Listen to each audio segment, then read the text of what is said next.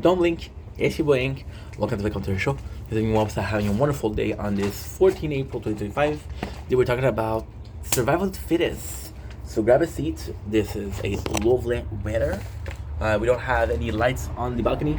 It is 12:42. Sure that I'm up at this time. But since we're up, let's do a video. So I was I was at this supper with my father for his birthday on Friday. My apologies. Happy birthday, Dad, by the way. And with my father, he was talking about, and I don't know why, but he had this conversation of survival of the fittest, survival of the fittest, survival of the fittest, survival of the fittest, and he said it multiple times. I'm like, okay, Dad, we got it. You know? And again, I say it's something against him. It's just, there's only so much, right?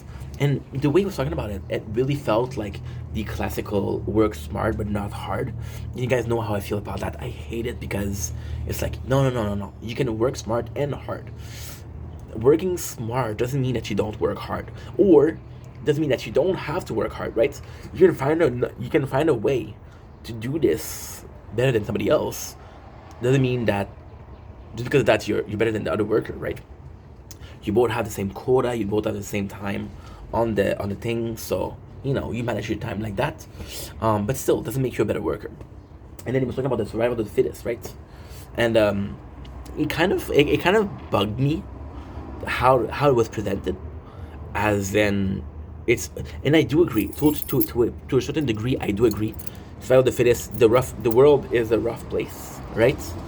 It is a rough place. It is a place where you might not make it, right? And that's part of life. But I also believe in two things: the fact that you can survive if you're kind enough, or the fact that survival of the fittest isn't proper, because survival of the fittest is individuality, right? So the strongest is able to survive, the weakest is able to, it won't be able to survive. But we live in a society where both strong and weak are needed. So it's a case of the strong has to take care of the weak, and then you're not. It doesn't really work, because if the strong is taking care of the weak, then what's the point of being strong, right? What is the point of being strong?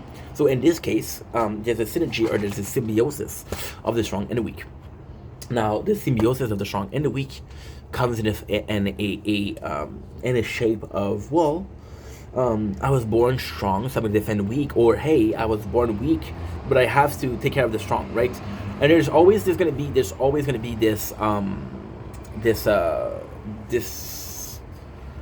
it's when I was younger, my father used to tell me some story.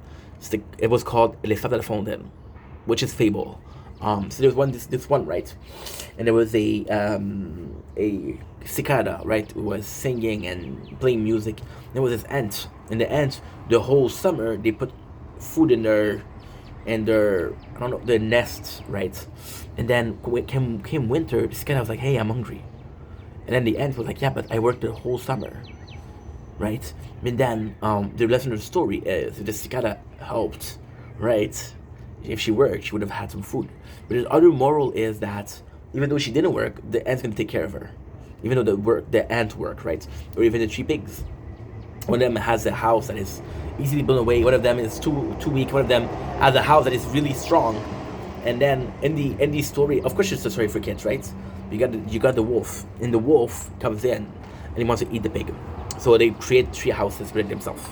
The wolf breaks down the two houses. You think he eats a pig? No. Maybe in the real story, but in a story that was told, no. They come to the last pig and get protected. Once again, the strong protecting the weak, right?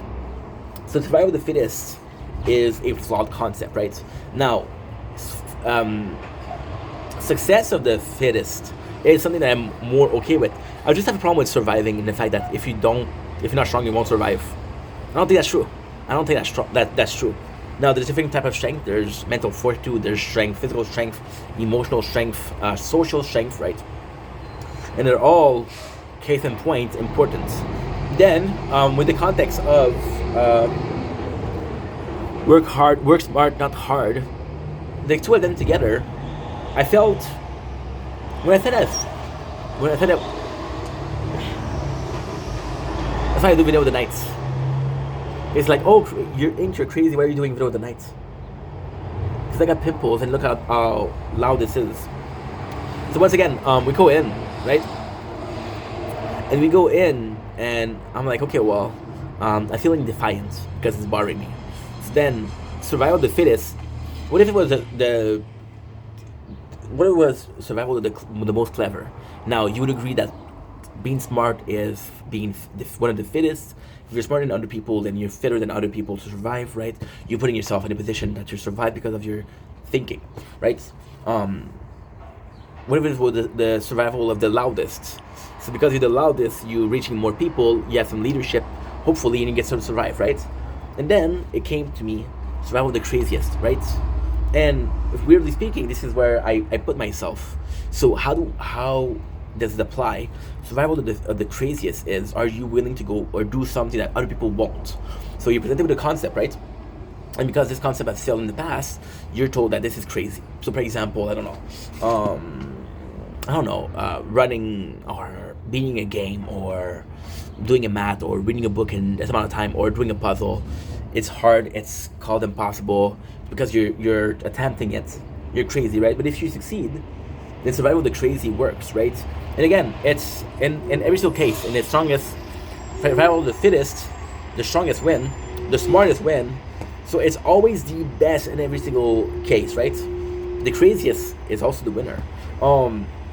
And to me, when it's survival of the fittest, it's survival of only a handful of people, right? And you're adding that up, and you're adding that up, and you're adding that up, and it's so vague. Then at the end, you realize that everybody survived, right? So the whole concept of the survival of the fittest is nonsensical. But then again, let's go back to the survival of the craziest, right? What if?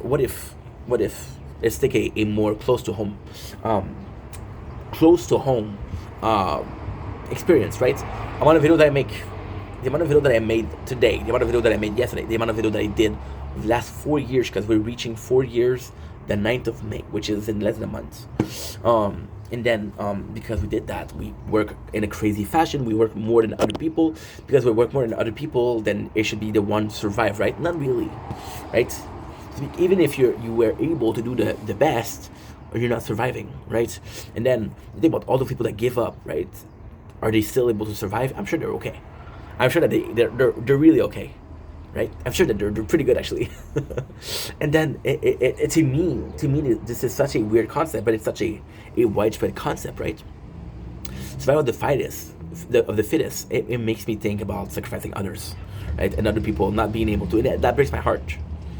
That breaks my heart because I was that kid, and I'm not playing victim, but I was that kid that wasn't the smartest, that wasn't the quickest, that wasn't the tallest, that wasn't the best looking, that wasn't the best talker, right? And I was that kid, and that kid would have not survived, right? And I know that now, but at the same time, there's still this world, this reality, this timeline where that kid survived, right? And even if I had to be the craziest, but you see, the problem with that is, let's say that we're talking about the survival of the craziest. Again, it's a question of meritism. Because I did more, I deserve more, which doesn't make any sense, right? If it was the case, it would be the case, but it's not. It's either communist or capitalism, right? You hear about those two a lot. You hear about the communism and the capitalism a lot, but you don't hear about meritism a lot, and there's a reason for that. What do you think it is? I'll let you know. Well, I actually don't know. I'll have to check, but for another video, right? So, with the survival of the craziest, right, it's just understanding your strength, right? And to me, this is where the ultimate survival of the fittest lies. You are this person, you're John Doe, right? And you have your wife, which is Jane Doe. And you both have those flaws, and you both have those qualities, right? Because you work together, and because you come together, then you're stronger, right? Now the survival of the fittest becomes the survival of the two of us, the most numerous, right? But then at the same time, you never really had to fight. You never really had to prove yourself, because at the end of the day, you're happy. And this is where it lies. What if survival of the fittest was doing the most you can with what you have? Look at your strengths, look at your flaws, understanding your weakness, your strength, and then using this to your advantage. I know I cannot do this, I'm not going to try to do this. And like I succeed in doing this, I'm going to try to do this, right? And to me, it's as important because it's as important because you're in a position of, well, you know what? I can do this that way, right? And then you're going back to the sense of work harder, not work smart, not hard. But then work smart, not hard is, there's no definition for it, right? What if work smart was just working the way you want to work, right? So I know that I have a hard time focusing. So it's the music, and this is my way of working harder and being better at work, right? So is my survival of the fittest just to have music, right? And if my survival of the fittest is just to have music, then it also mean that everybody else that needs music to work is the fittest, right? And then to finish this video, because I want to sleep, I'm tired as fuck. Doesn't really matter how you survive, you still survive, right? And in most cases, half of the people watching this, more than half, the majority of the people watching this, were never in a position where they were at risk of dying. We're never in a position. We're talking about survival of the fittest, and we're getting obsessed with this idea of survival of the fittest, or again, and it sucks because this enabled two trains of thought that are very toxic. Individuality. So because I have to survive, I don't trust other people. I have to survive on my own. And the other toxic concept of, well, if I'm weak, I'm not enough. And there should always be a reason to strive to get better. And at the same time, you shouldn't feel bad because somebody else is stronger than you, right? Genetically speaking, I'm 5'4". Even if I had dream of playing basketball, can I play basketball? Possibly not, right? I wasn't made for this. Understanding that this is not my forte, I'm not gonna try to survive in a world that I'm not supposed to survive in. It's just such conflicting thoughts, right? Succeeding is also a thought, but survival, just have a problem with that. It seems a bit extreme, right? There's a lot of trucks. We're gonna end the video here. Let's go sleep. Love you guys. Take it easy. Peace.